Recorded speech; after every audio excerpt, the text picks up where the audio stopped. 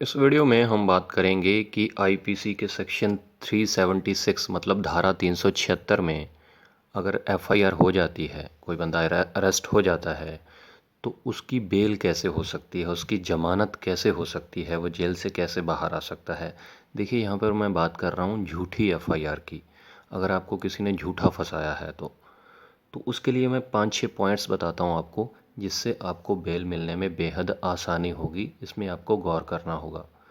तो 376 आईपीसी की धारा जैसे आपको पता ही है कि रेप के लिए होती है, बलात्कार के लिए होती है और बहुत ही सीरियस ऑफेंस है। इसमें उम्र कैद तक की सज़ा हो सकती है। बहुत ख़तरनाक ऑफेंस है ये। अब इसमें बेल जल्दी तो मिलती नहीं है। सेशन कोर्ट में आप लगा सकते हैं बेल एप्लीकेशन, वहाँ से अगर रद्द हो जाए, बेल ना मिले, डिसमिस हो जाती है, तो फिर आप हाई कोर्ट जा सकते हैं, बेल एप्लीकेशन लगा सकते हैं कि किसी अच्छे एडवोकेट की सलाह लेकर, किसी अच्छे एडवोकेट को हायर करके।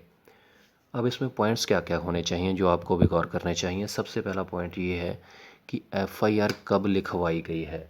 ये आपने देखना है कि एफआईआर जो आपके खिलाफ़ लिखवाई गई है, वो इंसिडेंट, अगर कई बार ऐसा होता है कि किसी को झूठा फंसाया जाता है, जैसे इंसिडेंट हो 2015 में और एफआईआर लिखवाई गई हो 2018 में, 3 साल के बाद, या 2020 में 5 साल के बाद। ऐसा कई बार देखा गया है कि इंसिडेंट बताया जाता है कि 2-3 साल पहले हुआ था। तो फिर आप ये वाला जो आपका ऑप्शन है, ये आपके हक में जा सकता है। आपको ये मुद्दा उठाना चाहिए कि एफआईआर इतनी लेट क्यों लिखवाई गई, कि इतनी देर तक लड़की ने एफआईआर क्यों नहीं लिखवाई। हालांकि वो तर्क दे सकते हैं लड़की की साइड की तरफ से कि लड़की बहुत ज़्यादा डरी हुई थी या कोई और प्रेशर था, इसलिए वो उसने डरी हुई ने एफआईआर नहीं करवाई। लेकिन फिर भी ये आपके पॉइंट आपके हक में जा सकता है, क्योंकि एफआईआर में बहुत ज़्यादा डिले हुआ है, देरी हुई है। सेकंड पॉइंट क्या है, एफआईआर में जब भी एफआईआर लिखवाई जाती है किसी के खिलाफ़, तो एफआईआर के अंदर डेट और टाइम ये मेंशन किया जाता है कि किस डेट को इंसिडेंट हुआ है, अपराध हुआ है और कितने बजे हुआ है।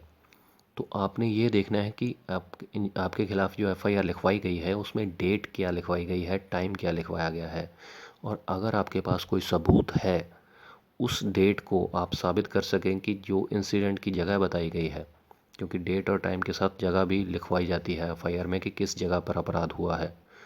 तो जो जगह बताई गई है, अगर आपके पास कोई प्रूफ है कि आप उस जगह पर नहीं थे बल्कि किसी और जगह पे थे, मान के चलिए लिखवाया गया है कि दिल्ली में अपराध किया है आपने और आप उस टाइम दिल्ली में थे ही नहीं, आप हरियाणा में थे, किसी शहर में या पंजाब में थे, तो अगर आप किसी होटल वगैरह का बिल दिखा सकें या फिर सीसीटीवी फुटेज दिखा सकें या किसी रिश्तेदार के अगर घर थे, तो कोई विटनेस हो, अगर आपका कोई विटनेस हो, आपका चाहे रिश्तेदार हो चाहे दोस्त हो, कोई भी हो, अगर वो गवाही दे दे कि ये मेरे घर पे था या मेरे साथ था, तो भी ये पॉइंट आपके हक में जा सकता है। क्योंकि जो टाइम और डेट लिखवाया गया है या जो जगह लिखवाई गई है, उस तारीख को, उस समय को, आप तो उस समय के कहीं और पर थे। अगर आप ये साबित कर दें तो ये पॉइंट आपके हक में जाएगा और आपको बहुत मदद मिलेगी बेल मिलने में, ज़मानत मिलने में।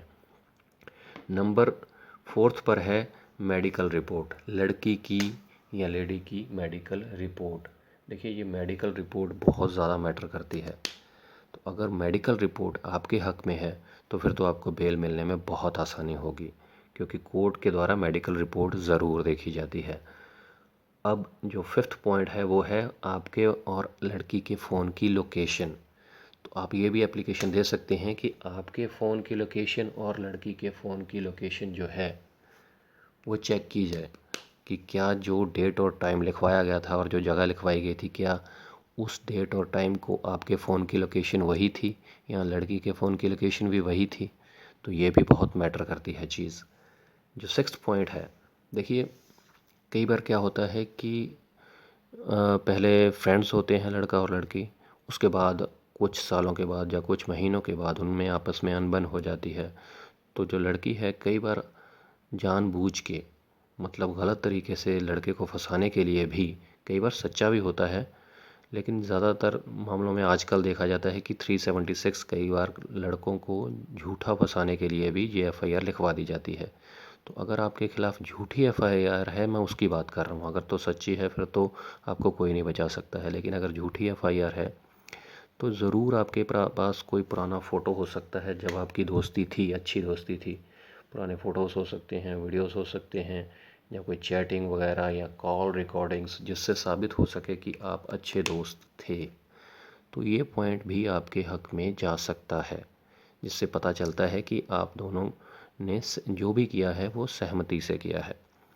तो ये कुछ पॉइंट्स हैं जिनसे आपको जब 376 के अंदर आपके ख़िलाफ़ एफ़आईआर हो जाती है, आप अरेस्ट हो जाते हैं, आपको कस्टडी में भेज दिया जाता है, तो ये पॉइंट्स उठाकर आप किसी अच्छे एडवोकेट के थ्रू बेल एप्लीकेशन लगा सकते हैं, ज़मानत की अर्ज़ी लगा सकते हैं और आपको बेल मिलने में, ज़मानत मिलने में, जेल से बाहर आने में मदद मिल सकती है। इसके अलावा कुछ पॉइंट्स और हैं, वो भी मैं आपको बता देता हूँ, डिस्कस कर लेते हैं। देखिए, अगर आपकी गिरफ़्तारी अभी तक नहीं हुई है, जैसे 376 है, 376 आईपीसी में आपके ख़िलाफ़ एफ़आईआर तो हो गई, लेकिन आपकी अभी तक गिरफ़्तारी नहीं हुई है, आपको अरेस्ट नहीं किया गया है, तो आप क्या कर सकते हैं, एक आपके पास ऑप्शन होता है एंटीसिपेटरी बेल का। एंटीसिपेटरी बेल क्या होती है? जिसमें आपको एंटीसिपेशन हो कि आपको पुलिस गिरफ़्तार कर सकती है, अरेस्ट कर सकती है, तो आप कोर्ट में जाकर एंटीसिपेटरी बेल की एप्लीकेशन लगा सकते हैं। हिंदी में इसको अंतरिम ज़मानत बोला जाता है।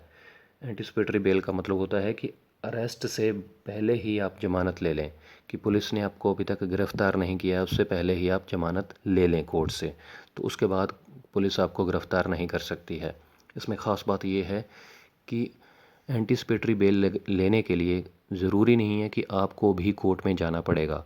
आप किसी एडवोकेट के थ्रू बेल एप्लीकेशन लगा सकते हैं, वो आपके बिहाफ पर कोर्ट में पेश होकर एंटीसिपेटरी बेल की एप्लीकेशन लगा सकते हैं और बेल ले सकते हैं। ज़रूरी नहीं है कि आपको कोर्ट में पेश होना ही पड़ेगा। एक बार जब आपको एंटीसिपेटरी बेल मिल जाती है, अंतरिम ज़मानत मिल जाती है, उसके बाद पुलिस आपको गिरफ़्तार नहीं कर सकती है, क्योंकि वो कोर्ट ऑर्डर कर देती है। हालांकि आपको इन्वेस्टिगेशन में, जो पुलिस इन्वेस्टिगेशन करती है, उसमें पूरी हेल्प करनी होती है। जब भी पुलिस के द्वारा, आईओ के द्वारा, इन्वेस्टिगेशन ऑफिसर के द्वारा आपको बुलाया जाता है कोर्ट में, माफ़ी चाहता हूँ, थाने में इन्वेस्टिगेशन करने के लिए, तो फिर आपको वहाँ पर पेश होना पड़ता है, लेकिन कोई गिरफ़्तार नहीं करेगा आपको।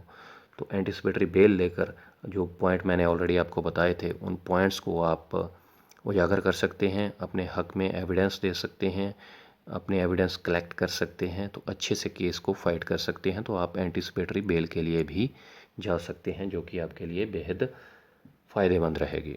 तो उम्मीद करता हूँ आपको क्लियर हो गया होगा। आईपीसी के सेक्शन 376 में धारा 376 जब कोई लग जाती है किसी पर, तो उसको ज़मानत कैसे मिल सकती है। ये जो मैंने पॉइंट्स बताए थे, बहुत ही यूज़फुल पॉइंट्स हैं। उम्मीद करता हूँ आपको क्लियर हो गया होगा।